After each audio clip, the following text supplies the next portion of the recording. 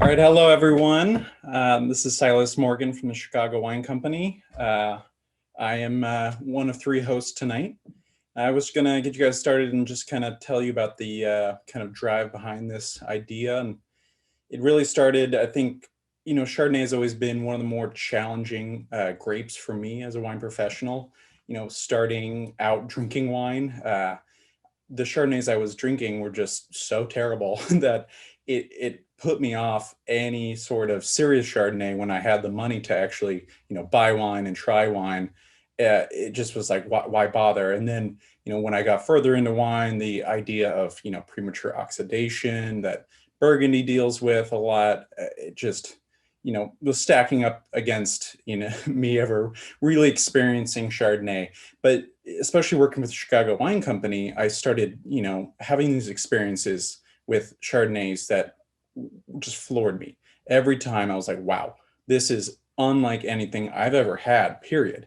Any white wine, period. But it just as a wine experience was very unique. And and I think a lot of people have that experience, especially shopping, starting off at Costco, what have you, whatever grocery store you shop at. When you get into wine, it's easy to stumble on badly made Chardonnays. And part of the reason is Chardonnay is what you call a non-aromatic white variety. So as a grape itself, it's extremely sensitive to both the place it's grown in and how you treat it in the winery. So in that sense, you look at Chablis, very cool climate, very rocky, limestone marl soils. And it just will never get really, really sweet and big and ripe. But also there's the stylistic, Chablis. A lot of it's produced in stainless steel or neutral oak. They're not going for the kind of the overt qualities of a Southern Burgundy.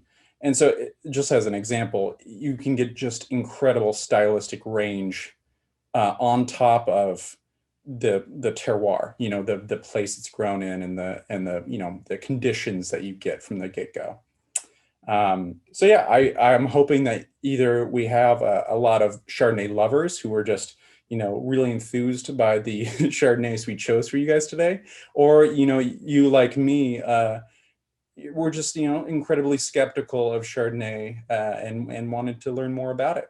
So hopefully we've selected a range of Chardonnays that I think demonstrate how you can make incredible Chardonnays anywhere in the world. Really, it's an incredibly versatile variety, as I mentioned, and because of that, it's the most planted premium white grape. It's the second most planted actual white grape, but because of that, you just see an incredible rendition, incredible, it runs the gambit in terms of places it's grown in and styles, and we've selected what we think are some of the best. So without further ado, I'm going to start my flight, which is the first flight, and I labeled it Mineralité. And part of that was because I think these two wines really speak to the idea of minerality.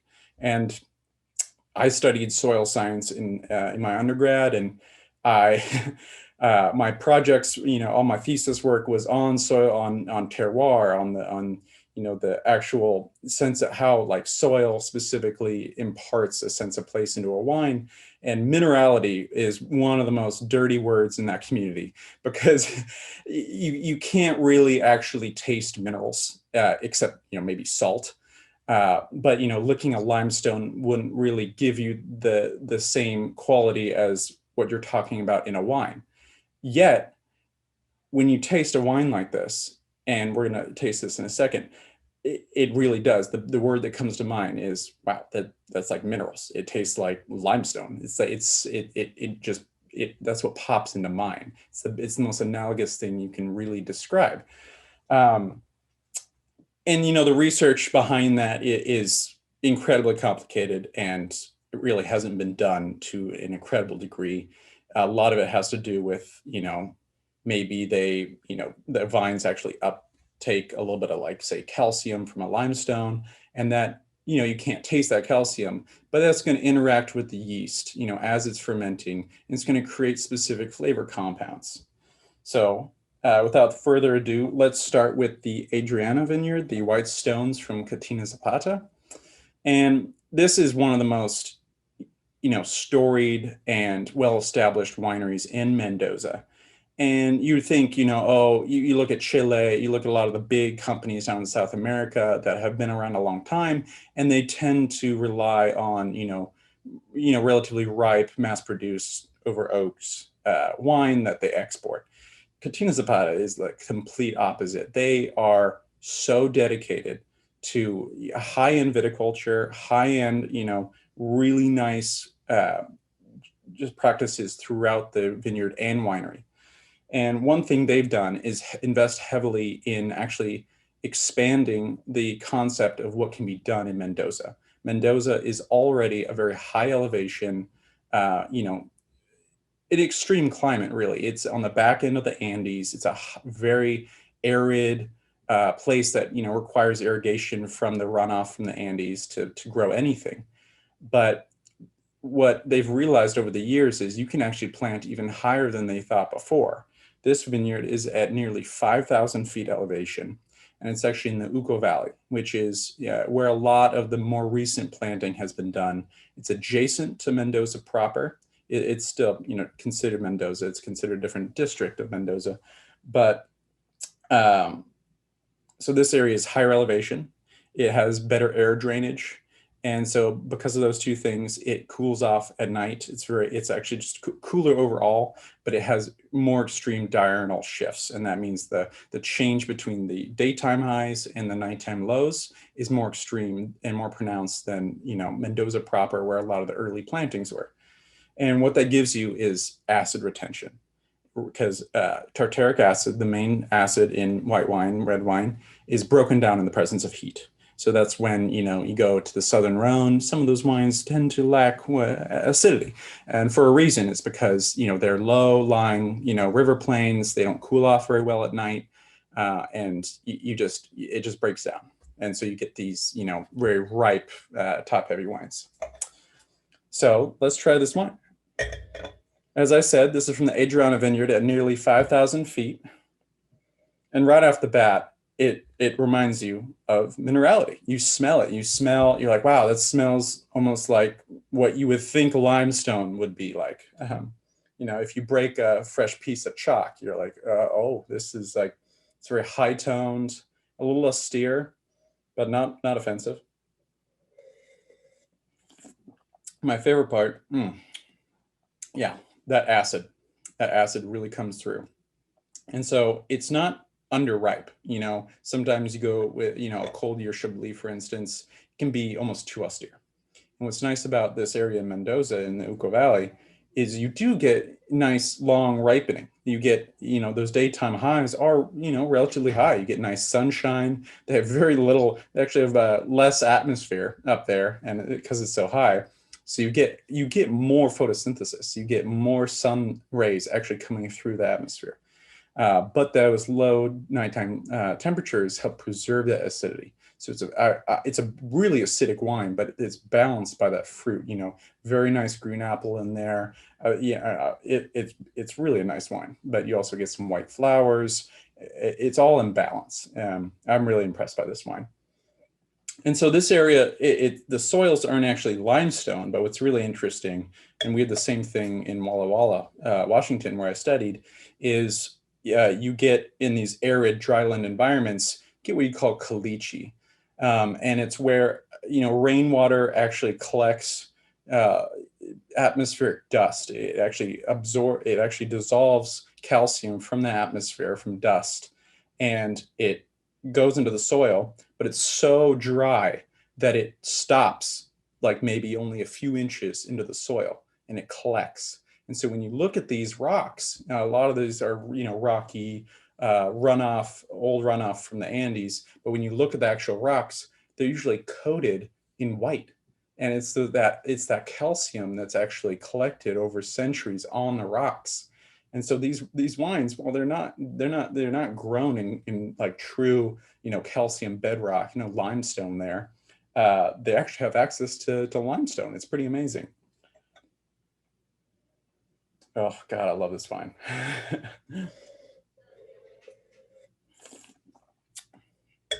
And people familiar with other styles of Mendoza, Mendoza is known for, more of a ripe international style. Even the cabs, the Cabernets and the and the Malbecs from this winery are very acid driven, very balanced. They're not top heavy whatsoever. They don't throw a lot of new oak at it, and when they do throw oak at it, it's done well. It's honestly, it wears it well. So moving on, the other kind of classic rendition of Mineralité is a true, white Burgundy. This is Corton-Charlemagne, and this is from the producer Benjamin Leroux. So as you'll notice, domain in that name. So this is, a small negociant, meaning he purchases his grapes from landowners. He doesn't own them himself. And usually there's a connotation around that, with a lot of the larger negociants, you can have varying quality. Oftentimes they'll actually buy finished juice.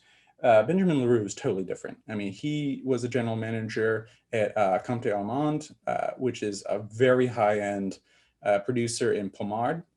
Produces what a lot of people consider is Grand Cru quality wine from their monopole, which is the Clos d'Epinot, really beautiful red wine. And he took a lot of that experience and started his own negociant company, very small. And from the get-go, he really zeroed in on, really good fruit contracts and just exerted an incredible level of control over these growers, which not everyone does when you're purchasing grapes. Sometimes you just let people, do what they do and see what happens at the end of the season. Not this man. So this is from Corton-Charlemagne, as I mentioned. So this is the Hill of Corton, and this is a classic terroir for white Burgundy. This is at the beginning of the Côte de Beaune. So this second half, the southern half of the Côte d'Or, the true Burgundy, kind of the coast of gold. So this is a huge hill. When you drive south, you notice this just massive, very round hill capped with trees. And it just has this like almost perfect manicured skirt of vineyards wrapping all around it. And it's unusual because a lot of the nicer vineyards actually wrap around all the way to the west side. And this is because this is a high elevation hill, actually. So it goes up to, over 1,200 feet is where it stops being planted and the forest begins. But it's high enough that you actually want the afternoon sun to give you that nice, hot sun, really give that ripening. But this is all limestone. It's just classic limestone bedrock with a mixture of clay and limestone towards the surface. And this is, to 2018. So the 2018 vintage was relatively ripe. You can smell it off the get-go. It's a much riper wine than the Catena Zapata. Right off the bat, I get a lot more, I wouldn't say buttery, but approaching butteriness, pretty ripe, almost like a lightly poached pear or something. Oh, but it really nice. It's not overt. It doesn't smell, sickly sweet.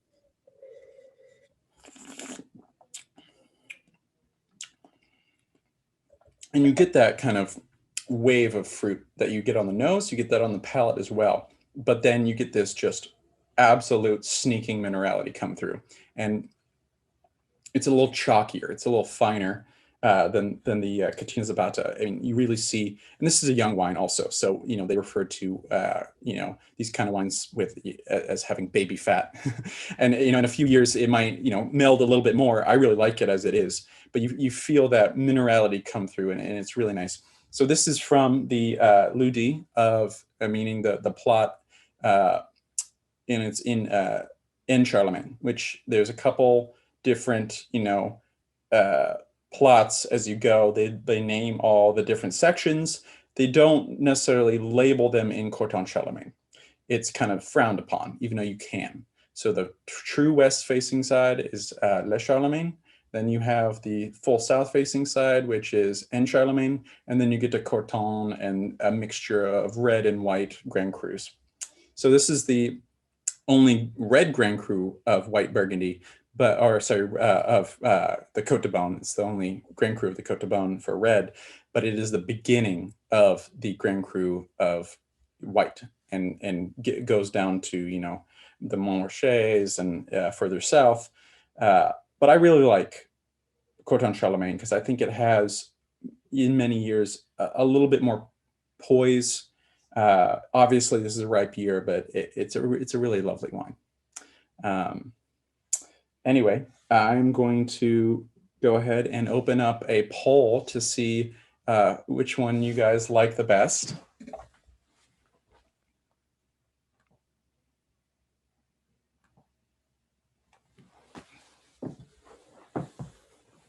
I know which one I like the best.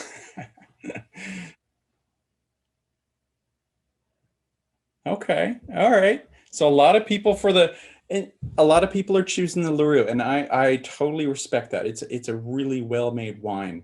I'm just a sucker for that, more austere profile, the Catena Zapata.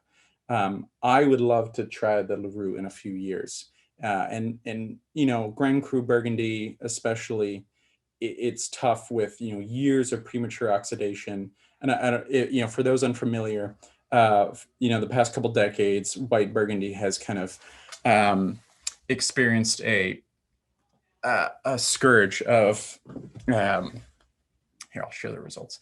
A scourge of problems with they don't quite understand why, but wines way beyond their prime showing very oxidized. So just dark brown and smelling terrible, not being fresh whatsoever. And it's given the place a bad name. And it's challenging because those wines, when they are in their zenith, are just, absolutely breathtaking. When you do experience a wine that isn't prematurely oxidized, it will be, an experience that will stay with you. But you're also going to, have those duds. And when you're talking about like a $400 bottle of wine, it's tough to tough to roll those die unless you have a lot of money to throw around. Uh, uh, but anyway, I would love to revisit the Benjamin Leroux in a few years, even though it's beautiful right now. I feel like that baby fat's going to be shed a little bit and be melded in with the minerality, because I feel like right now the two are almost at odds.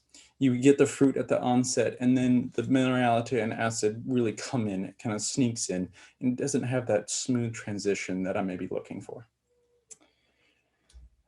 Anyway, with that, I'm going to pass it on to my coworker Gerard, and he's going to explore two more beautiful Chardonnays from a very different part of the world. That is maybe I'll let him talk about it, but they're both from California, and I have to say, California Chardonnay was probably what ruined Chardonnay for me from the get-go, but then also what changed my mind.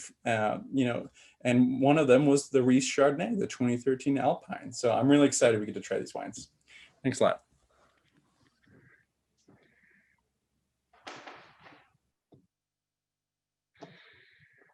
All right, in action. So I will take the baton from my good friend Silas and hope to do as good a job as he did. I mean, he's clearly very just encyclopedic in just the breadth of knowledge, not just about the wines, but about what makes those wines exactly what they are. And as we talk about Chardonnay, I think this is a great example of a grape that has just so many different expressions. It grows so prevalently, it grows everywhere. And with that, you obviously have plenty, unfortunately, that are just very uninspiring. So it's very common that we, even within the profession, we hear so many people just, I don't like Chardonnay, or I'm not a big fan of Chardonnay, or they are squarely in one camp of a style of Chardonnay that they like. And the reality is, as we'll see, just in a couple minutes here, I mean, just how different, even just within California. I mean, we can certainly talk about Burgundy, we can talk about Argentina, we can talk about New Zealand, but it's, to me, so darn noticeable within California. We're talking about two producers and these two specific vineyards, both of which are highly pedigreed. One of which has been doing it for half a century in the Ritchie Vineyard, which is the source for the Morlet Princesse. But these vineyards are separated by about 150 miles, and there's a lot of similarities within the producers themselves as far as their commitment to quality, the small production, the critical acclaim that they've got. But quite frankly, the wines could not be more different. Just in a very rudimentary side by side. If anybody's got them poured out at the same time, just literally look side by side. I mean, the color much different. The smell could not be more polar opposites. Each one is very, very distinct. And that's a good example of two very well made wines that are just stylistically different. So again, I touched on these similarities that these two producers have. Both of them have roughly the same history as far as producing wines within California. But again, they are much different in the sense that Luc Morlet comes from a history. I mean, 4 generations of basically a family of wine dating back to the 1800s. Whereas Kevin Harvey, the founder of Rhys, has not certainly done a great job with Rhys over the 15-ish years that Rhys has been on the scene. But he does not come from a wine background the same way that Luc Morlet does. But they've both in 2020 clearly put themselves on par with the very best, not just in California, but frankly the world. So with that said, talking specifically, and we'll focus here first on the Rhys. So again, Rhys started by Kevin Harvey in the early 2000s. And Kevin Harvey has an entrepreneurial background, avid wine guy, and is a big Burgundy aficionado.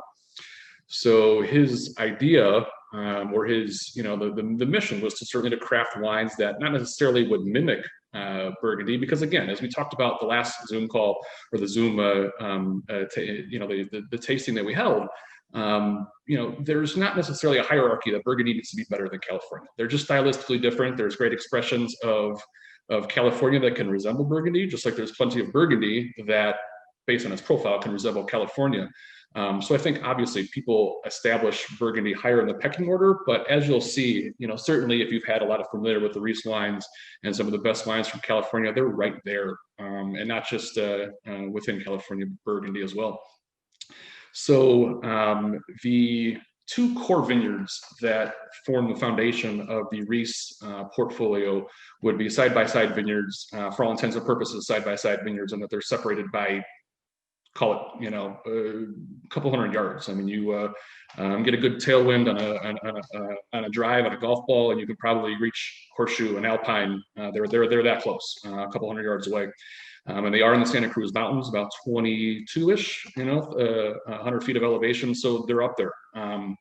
These are really unique vineyards. And this is one that, on a certain level, I think Silas could really dig deep into, because so much of what makes Rhys is the geology behind it. I mean, these 2 vineyards, Alpine and Horseshoe, literally are what they are, despite being, for all intents and purposes, again, side by side. Completely different in terms of geology and the soil types and just everything that makes these 2 wines what they are.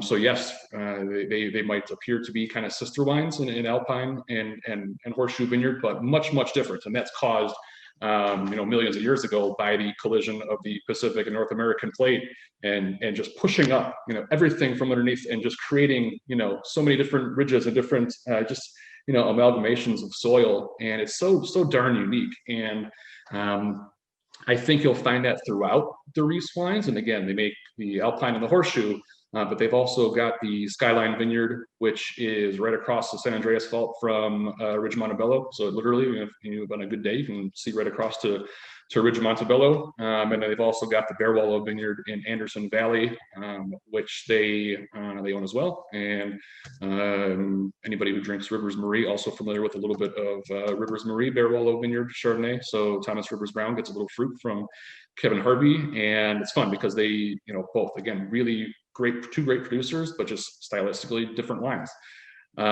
So again, the mission of Rhys was to, their quest to find vineyards that shared qualities to those in Burgundy. Again, not to necessarily mimic Burgundy, but to find vineyards that share those qualities.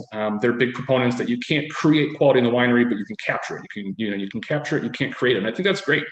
And one of the most noticeable things to me, the entire Rhys lineup, whether it be Chardonnay, whether it be Pinot Noir, they do make a little bit of Syrah, is very, very low alcohol. For all intents and purposes, low alcohol wines. This wine checks in at 12.7, I believe. I mean, pretty darn low, 12.7. So for, so everybody who thinks that California needs to be high, full throttle, high octane Chardonnay, this is a great example of quite the opposite. And, as we taste through it here, this is, yeah, I mean, it's super bright and fresh, and it's one of these wines where you smell it and you taste it. I mean, both, and we'll get there. And if you haven't already got there, I mean, if you have already got there, you'll know the wine is bright, and it doesn't feel heavy-handed. It doesn't feel crazy oaky. It smells fresh.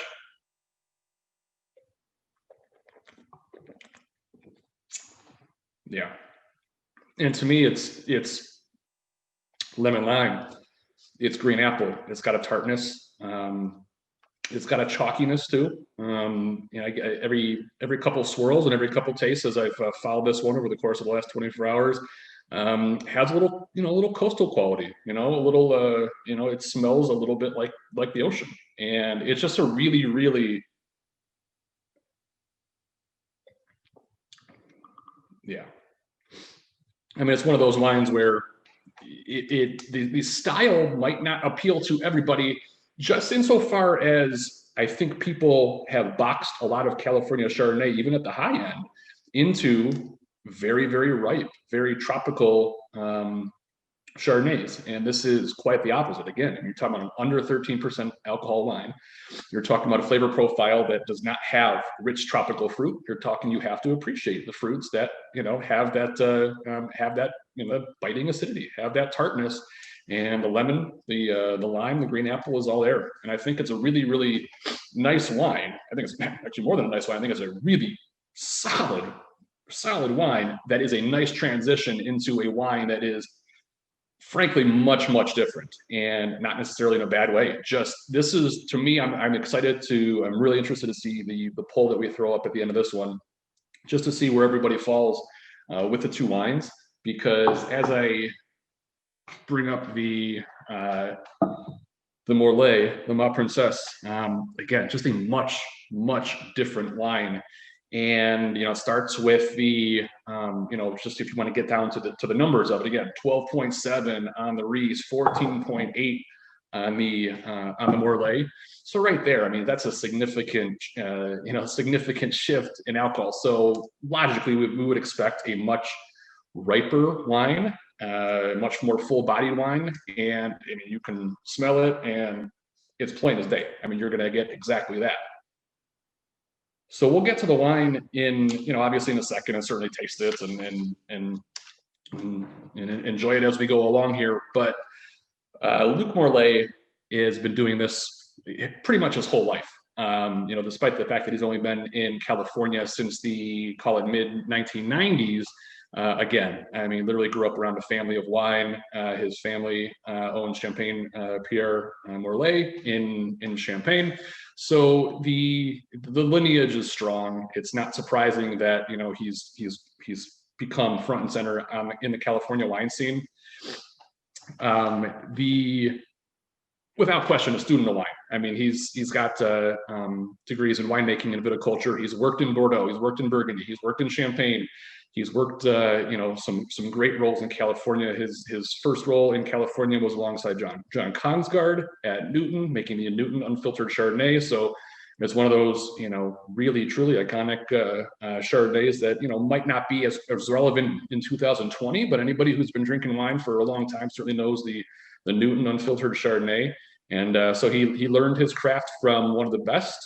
He then went along to Staglin and Peter Michael, where he's still the consulting winemaker at Peter Michael now. So lots of pedigree there. He made the Point Rouge Chardonnay at Peter Michael before starting Morlet Family Vineyards in the early 2000s. And whereas the Rhys wines are all estate owned, Luc has a lot of long-term leases with some of the best vineyards in all of, not just Sonoma, but Napa as well. So the Morlet portfolio was really, really strong, but just a different approach, just different in so many different ways. But the Ma Princesse is a wine that comes from what is considered to be one of California's true Grand Cru Chardonnay sites, the Ritchie Vineyard in Russian River Valley.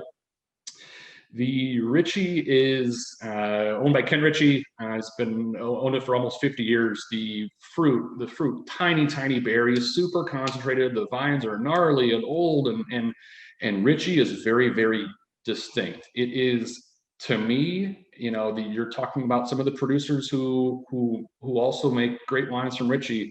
I mean, Aubert is number one, Dumal, and you've got plenty. You've got Bevan, Arista, Patsenhall, Boych, Gary Farrell. I mean, you've got plenty who over the course of the years have made wines from Ritchie. Ritchie is a bigger vineyard. So whereas Alpine is tiny, Alpine is just a couple acres. Ritchie is 40 acres, so not huge, but certainly a lot bigger than Rhys. Whereas obviously Rhys's program is just Rhys, so there's enough enough fruit to supply the Rhys program. Ritchie is a pretty big vineyard, and you do get quite a few expressions, but I think Ritchie really blends, to me, the best of California, and it's ripe, it's full body, it's got some muscle to it, but then right when you think it's going to go a little bit too far, I think it just pumps on the brakes and does a good job of just pulling back and just being a really, really nice example of full-bodied California Chardonnay. And this is where Luc Morlet, despite his he has certainly with all of his wines, he takes a very for lack of a better word, French approach, and that he believes in wines that have balance and restraint. But at the same time, you have to work with what's given to you. You can't make Burgundy in certain parts of California. You can't, the Ritchie Vineyard is what it is. Part of the allure and part of the appeal of Ritchie is the concentration. It's very, very intense.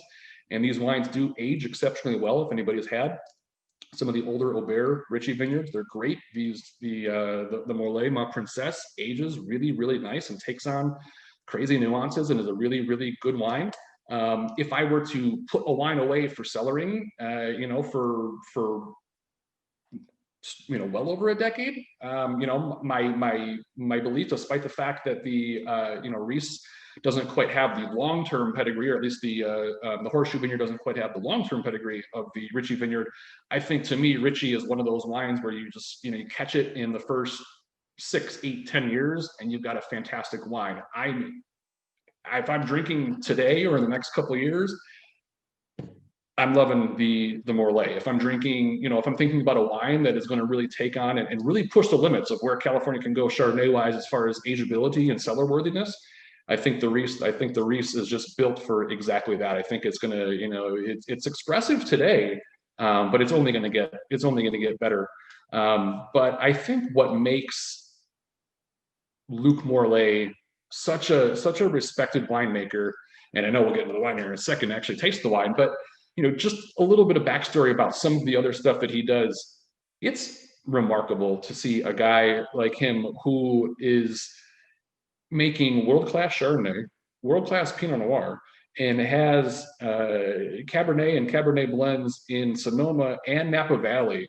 And from a critical standpoint, I mean, he's popped 100 or 99-point scores with every single one. I mean, the Jolicoeur Pinot Noir has consistently been a mid to high 90s rated Pinot Noir with I think a high score of 99. The Ma Princesse has notched 100 over the course of some vintages. He also makes the Madouce Chardonnay, which is a little bit more towards the coast in Fort Ross Seaview, and then the Coup de Coeur, which is essentially best barrels of the Ma Princesse and the Madouce. But then for those, and certainly I would suspect that for most everyone joining us, unless you're found your way to us by way of a friend, you've received the recent offer that we put out for the Proportion Durée, which is the white Bordeaux blend that is just a stunningly good wine. So you're talking about somebody who knocks it out of the park with Chardonnay, Pinot Noir, Cabernet, and a white Bordeaux blend. And you would think that he stretches himself too thin, but the reality is these are all small production wines. They're very, very focused wines, and just somebody who is just a stickler for details. And as we get into the wine, yeah, I mean, it's so much more full bodied. And to me, the first most distinctive note, I mean, there's oak there. I mean, let's call it what it is. But as we smell and taste the wine, the oak frames the wine. It doesn't overpower the wine, but there's definitely some oak, and there's almost a smell and a taste of a little campfire, a little toasted marshmallow. And there's, and there's a creaminess of vanilla, marshmallowy kind of quality to it. The fruit is rich without question. Ritchie Vineyard is typically known, the two most common descriptors for Ritchie, I mean, far and away, is white peach and a floral component. The white peach is interesting. With most Ritchie Vineyard Chardonnays across the board, regardless of who the producer is, it's a note that I get a lot. It's very, very distinctive. It's not so prevalent here, but typically it's going to be those stone fruits. It's going to be white peach. It's going to be nectarine, and then the barrel brings out a little bit of vanilla. But yeah, I mean, as you just kind of, like I said, if you were to put two wines side by side, I mean, color wise, you could tell the Morlet is just a richer, fuller bodied wine. But again, for a wine that's pushing 15% alcohol, you don't taste the alcohol. It's very much in balance.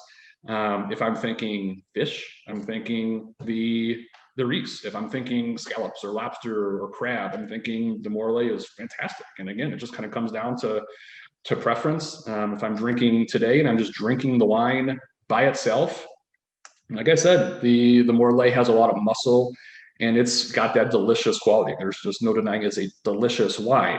If I'm looking for a wine that makes me think a little bit more, maybe has a little bit more structure, maybe has some more long-term prospects, not to say that the Morlet can't get there, it certainly can. I mean, the pedigree of the wine is great, but that's where I would go into the Rhys camp. So with that, I will have Silas throw up the poll and see what the heck we get, because again, not to sit on the fence, I really, really like both of these wines, but this is why we're doing exactly what we're doing, which is tasting these Chardonnays side by side. So you can see, again, two very, very well-made Chardonnays, but stylistically much, much different. And there's a time and a place for both.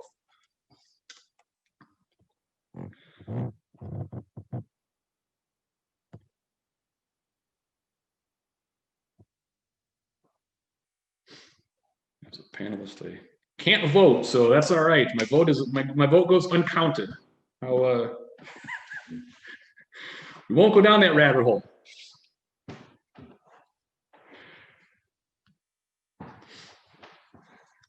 But yeah, I can transition it over to. There we go. Interesting. This is fascinating. This is great. This is great. I would have thought it would have been a little bit more 50-50.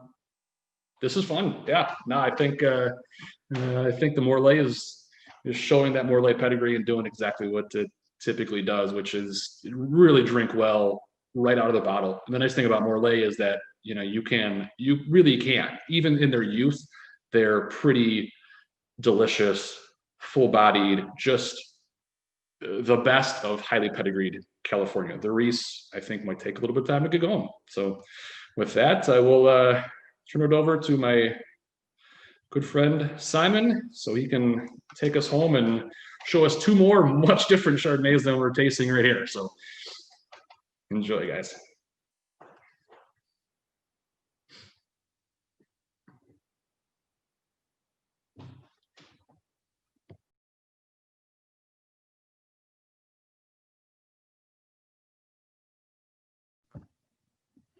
There we go. Playing around with mute buttons. So, welcome, and it's my undoubted pleasure to have the opportunity to experience with you the older wines in the flight this evening. We talked and tasted about younger wines, and now I've got the opportunity to share with you two Chardonnays that, with a fair amount of bottle age, 10 years, and the other one more than that, and how they progress, how they change, how they expand and are so different from when they were young. One from California and one from the North Island of New Zealand. The Mayacamas, which is from Mount Vida, about 2,000 feet up, thereabouts on the slopes of Mount Vida, overlooking the Napa Valley. Mayacamas is a property that was first established in 1889, and in fact, the original building is still in operation today. There have been a number of changes of ownership. Most importantly, in 1941, the Taylors, Jack Taylor and his wife, bought the property, and they decided that they would plant only Cabernet Sauvignon and Chardonnay in their vineyards. And in doing so, when they selected the Chardonnay, Jack chose cuttings from the Wente vineyard in Livermore.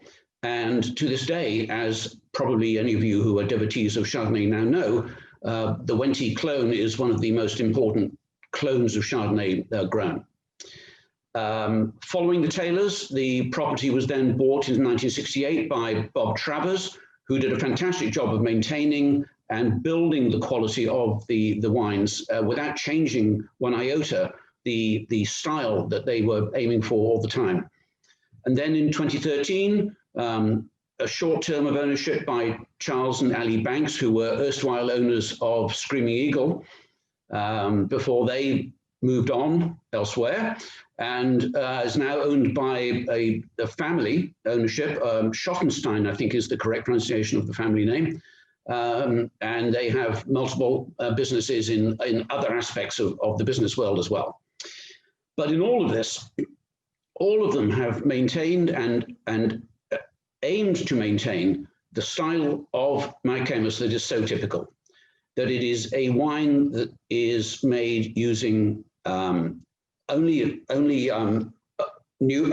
old oak and stainless steel, and the vines themselves are all grown on unirrigated vineyards, and they produce a style which we go back to talking about Burgundy. And I think the reason we do is because for many of us, Burgundy is the home of Chardonnay. And whilst we all have mentioned tonight that we don't look at these as being California versions of Burgundy, we have to have some yardstick, and my yardstick at least is Burgundy. And for me, the style of Mayacamas is very similar to a really top quality Premier Cru, even Grand Cru Chablis. And as we get to taste the wine, I think you probably agree why. The dry farmed, as I said, fermented and aged in combination of neutral oak and stainless steel. Oh, and one other factor, which is very important. The wine does not go through malolactic fermentation. So there's just the first fermentation, and they don't put the wine through the malolactic fermentation, which many Chardonnay producers do. And that, if they did, would give you a much more buttery, much more luscious style of wine. This, I think, is much more akin to a fine Chablis. Bottle age, I think, is so important with quality wines, whether they are Chardonnay or Cabernet or whatever the grape variety may be. If the wine is a well-made wine, it will have aging potential. And as it ages, it takes on so many more nuances, complexity, layers, all of which we will discover as we taste this wine. So on the nose, it's no longer got the green apple, bright, lively nose that you get with a young Chardonnay, but instead there's some lemon zest in there. I think Silas mentioned poached pears. I would pick those up as well.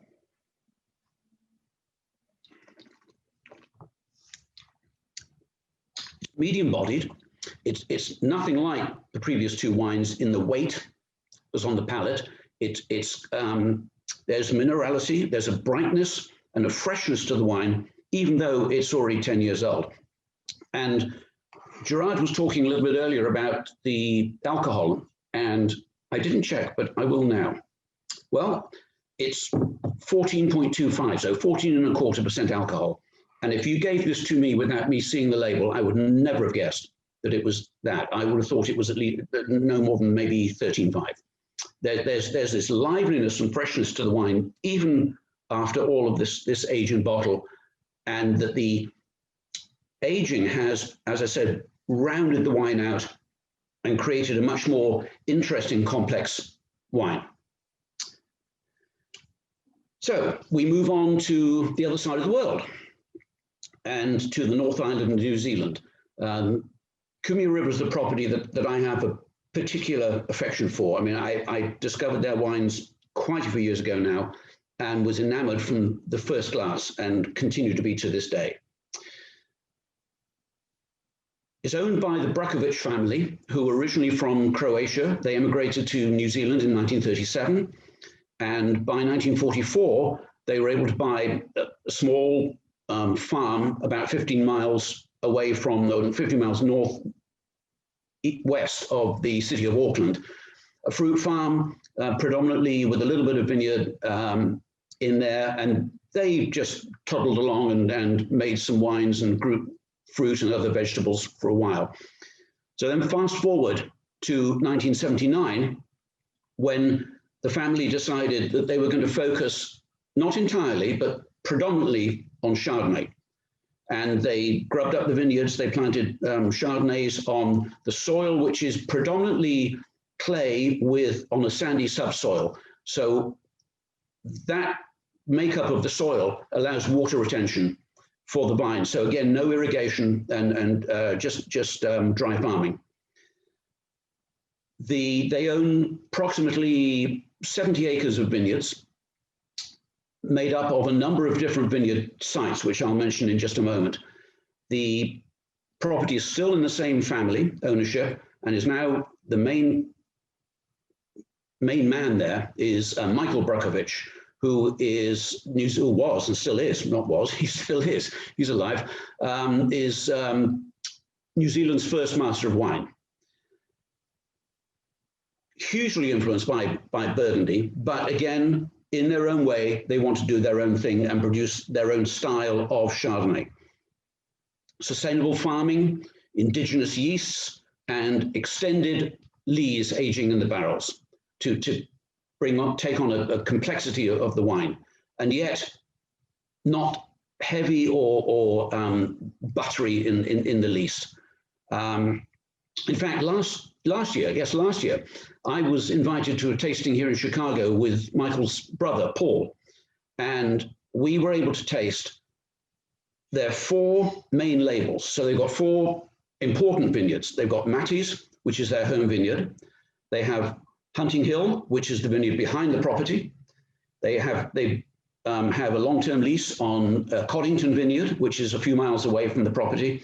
And then they also have an estate label, which is, generally speaking, a combination of fruit from those 3 vineyards. So 4 labels: Matty's, Hunting Hill, Coddington, and Estate. And we tasted every single vintage from 2016 back to 2006 of those 4. It was an amazing tasting. There wasn't a dud wine in the lineup. The wines were just so clean, so fresh still, even with the bottle age. And I think one of the reasons for that is that they use screw top. And they always have, well, they haven't always actually. There's a story that they shipped wines over to the UK that were corked, had corks in them, and had major cork problems. They brought all the wine back to New Zealand, drew all the corks, went through the whole lineup, and put new corks in, and then kept them and retasted them over the years, and decided that it was never going to work. There was still too many problems that they were facing with the corks, so they moved to screw top. And in fact, if you buy wines from either New Zealand or Australia these days, almost all of them are screw top anyway. They're very conscious of saving the tree bark for the tree, not for the cork, not for the bottle. So the tasting, every single vintage from 16 all the way back to 06, from all of the 4 vineyards, and it was absolutely impressive lineup of wines. Tonight we've got the 2006 Hunting Hill. This was the first vintage of the first wine that they put out as a single vineyard wine. Prior to that, the fruit had been used in the estate label.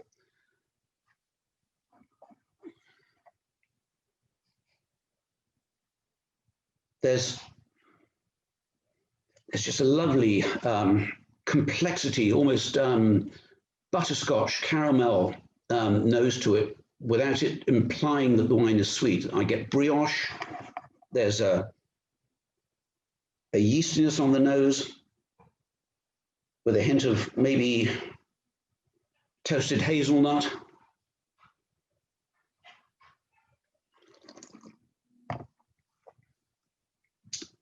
On the palate, nutty.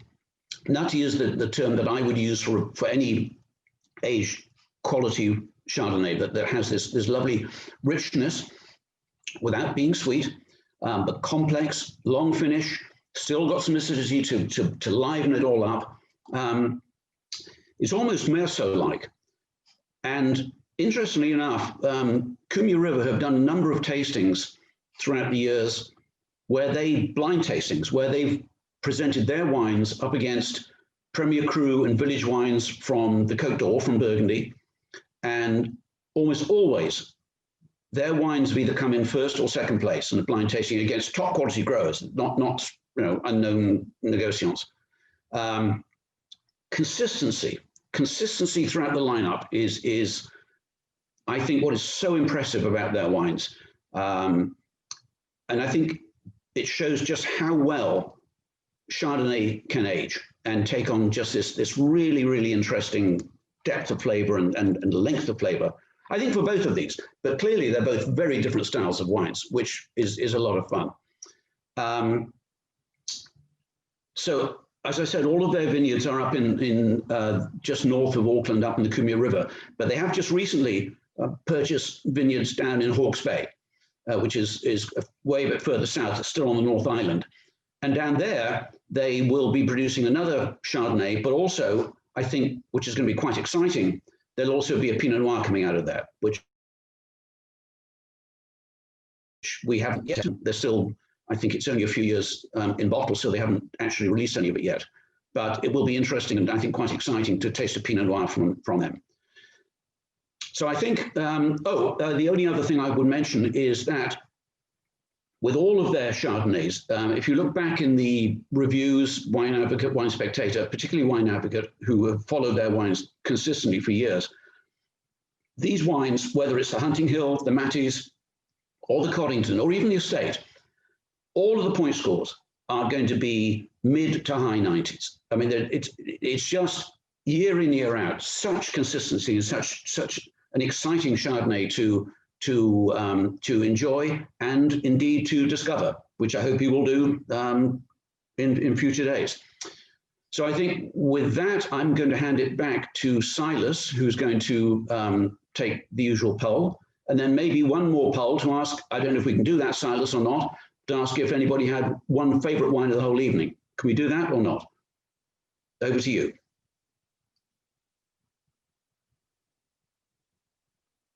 We'll do this one first. Okay. 1 second.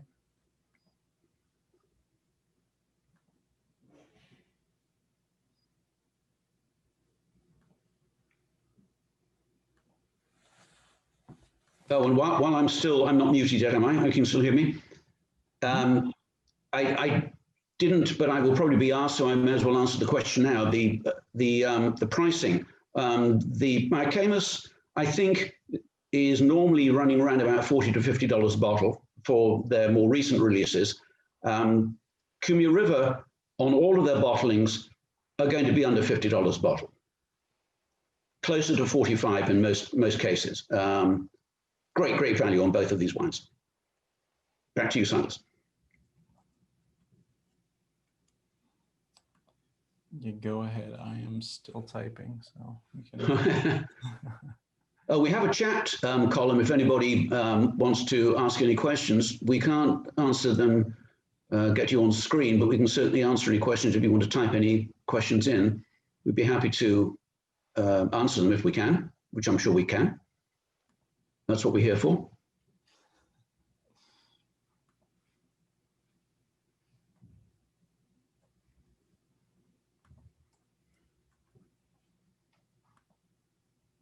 I'm asked, what is the soil for the Kumeu? It is predominantly clay, with sand, underlying sand. So great for water retention and for allowing the vines to be grown without any irrigation. Will we be doing a Cabernet tasting? Yes, absolutely. I think that's already in the works, but we're not going to show all our cards yet. We've got some others. We've got some other tasting planned for you first. I'm asked what the alcohol is on the Kumeu River, and it's 14%. Wow, overwhelming. Yeah. Must be my enthusiasm. I'm persuading you all. Hey, it's a beautiful wine. Oh, Silas, here's one probably for you, being a soil guy. How is the clay different than other areas? Most clay is the same, actually. Most clay is called kaolinite. It's really about like how much of the soil is clay. So, for instance, in Chablis, it's a marl. So that's actually a mixture of fossilized like clam shells, oysters. It's a very like rough textured limestone. It's pretty much beds, like old clam beds is the best analogy, but it's mixed in with clay. And so you get a nice, with any vineyard, you want a mixture because clay, because of its structure, it's a platy mineral. It absorbs and clings onto water very well. As Simon mentioned, you want enough water retention to dry farm because that is almost everyone argues that is the most best way to transmit terroir. You get if you irrigate, you tend to concentrate roots towards the surface, and you never get kind of the deep exploration of the subsoil that you would otherwise. So, if I don't know the soils of Kumeu River, but if it's a mixture of sand and clay, that's ideal because the clay is going to retain enough water to nurse the vines throughout the summer, but the sand is going to provide enough pathways for water to drain that it's not going to become waterlogged. Because if any, especially during the winter, if a soil is waterlogged, I think it's about 4 to 6 days. If you have total waterlog for 4 to 6 days, your vine is dead. So and you can't recover from that. So that's why you don't see vineyards. You don't see vineyards in really low-lying areas very often. And if they are in low-lying areas, they tend to be in very rocky areas like Châteauneuf-du-Pape, very well-drained cobblestone terraces. It just wouldn't work to be in a heavy clay-rich area. The exception is Pomerol, and Yep. They are lucky because they are very old river terrace. So they're actually elevated enough that they dry out over the season. So, and there are some seasons where they are too cold. The soils are too cold and wet, and flowering is, pushed too long, and they don't have a good season. So there's a lot of exceptions to the rule, but you want it's a constant dance with soil and vineyards. I just mentioned the Pomerol. The very plateau, the top plateau at Pomerol, where Petrus and other top properties are located. There's this heavy blue clay, and if you stand in the vineyard at Petrus, which I've been lucky enough to do, there are clumps of heavy clay, and you think, my goodness, how can you possibly grow anything in this? And yet, look what comes out of it. Yeah, there's and results. It depends. There's a lot of different types. I mean, soil comes in all different shapes and sizes. It's a beautiful world, but you want it's a really perfect window of poor soil that can hold enough water to nurse your vines throughout the summer. that's the name of the game right there. I speak from experience. I worked for a vineyard management company, and seeing the difference when people, oftentimes say, a wealthy retired couple will just want a vineyard, and they'll plant the whole hillside, but also part of maybe a small little creek bed or creek plain they have. And the difference between those two, sections of the vineyard were so drastic. And you just, yeah, know before you grow is the name of the game, or you're going to waste a lot of money. So if I could actually hop in and just kind of piggyback with the, am I good? Oh, you're good. Yeah. Okay. So if I could just hop in and kind of piggyback on the poll results, it looked like the Leroux was, small sample size, but the winner, but it wasn't a runaway for anything. And so I think that speaks, number one, to just clearly the different expressions and the different preferences that we all have. But if I could make one suggestion, and to me it's like something that was really that I was turned on to, probably 5 years ago, and I'm surprised that I didn't really understand and tracking the wine over the course of a couple of days, or even sometimes within the same sitting. I think for the most part, and many of us already know, but for those that aren't aware, don't drink the Chardonnay rip and cold. To me, the Chardonnay is the one grape that is so, I think Cabernet, you can enjoy Cabernet, and you'll be able to notice the nuances, whether you go to a restaurant and they're pouring a wine by the glass and they pull it off the bar, and it's certainly a little bit warmer than you might prefer, or sometimes even Cabernet is a little bit too cold, comes right out of the cellar, it's too cold.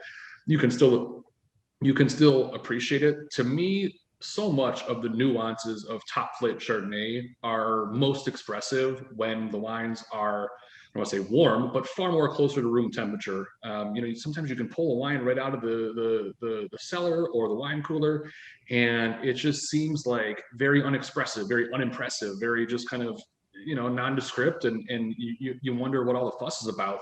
And then you give it in a half an hour, you give it an hour, or certainly there's some people who, and I'm trending more in that direction, is like borderline like room temperature Chardonnay. And I think it's really, that to me is where you start to get so many of the cool nuances. So like I said, if you're I'm sure that's a lot of guys and girls already know that, but if you haven't had an opportunity to maybe you've got a little bit of the wine left, let it sit out for honestly a couple hours. You'd be shocked to see, even just at room temperature, how much different that wine is, not just because of the fact that it's getting some oxygen, but also just because the temperature of the wine, to me, is noticeable, most noticeable in Chardonnay. So and then as far as just kind of going back to the wines that I tasted us through tonight, the Rhys and the Morlet, I think these are two good examples of how fortunate we all are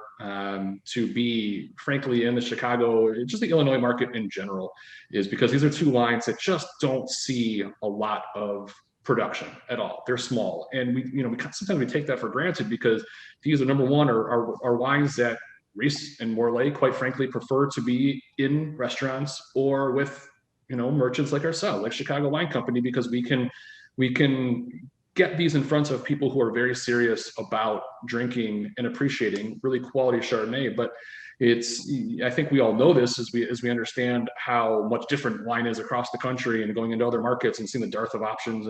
But it's never, to me, it's very, very obvious when it comes to Rhys and Morlet.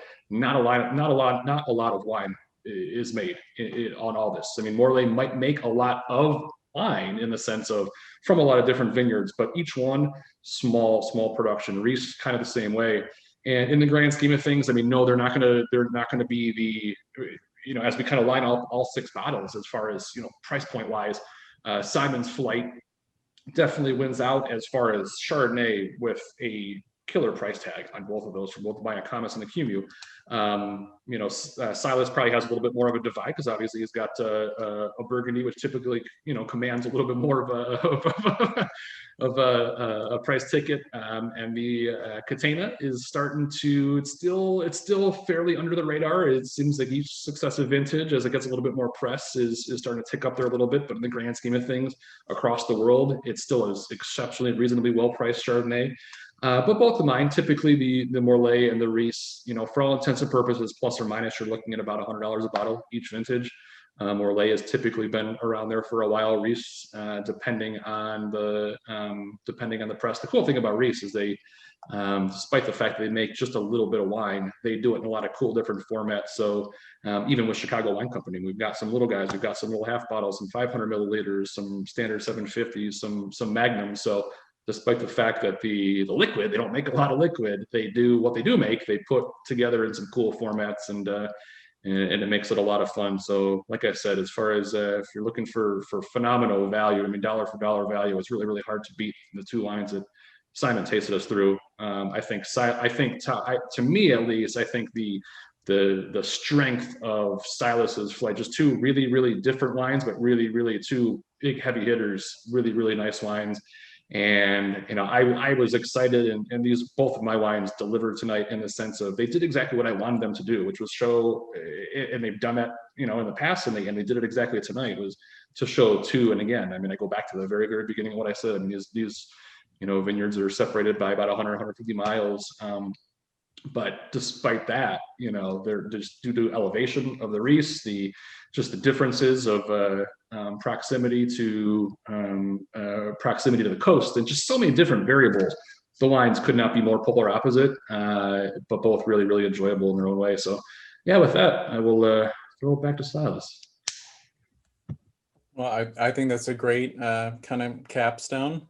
I hope you all enjoyed all these Chardonnays, and my ultimate hope is that one or two of you experienced a Chardonnay that maybe changed your opinion just a little bit about that particular region or that particular style. I, for one, I don't gravitate towards the Morlet style, but I had to say that was a well-made wine, and I enjoyed it. I drank it all. I certainly drank it all. But yeah, no, thank you all for coming, and we really appreciate. In these times, we all need something like this.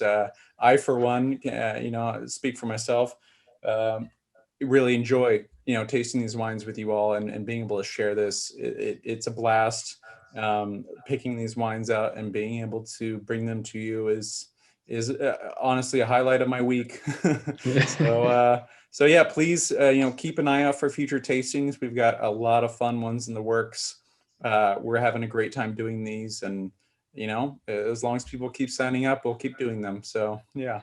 I do see in the chat we've got one last request. Please tell us your names again. So with that, I will say Gerard Meczka signing off. Simon Lambert. And I'm Silas Morgan. Thanks a lot, everyone. Thanks. And keep an eye out. Just remember, wines for sharing. That's right. Wines for sharing. That's right. And keep an eye out tomorrow for just a recap email. We'll just provide all the information again with prices and everything, and as well as the recording. Thanks again. Cheers. Cheers. Night, everyone.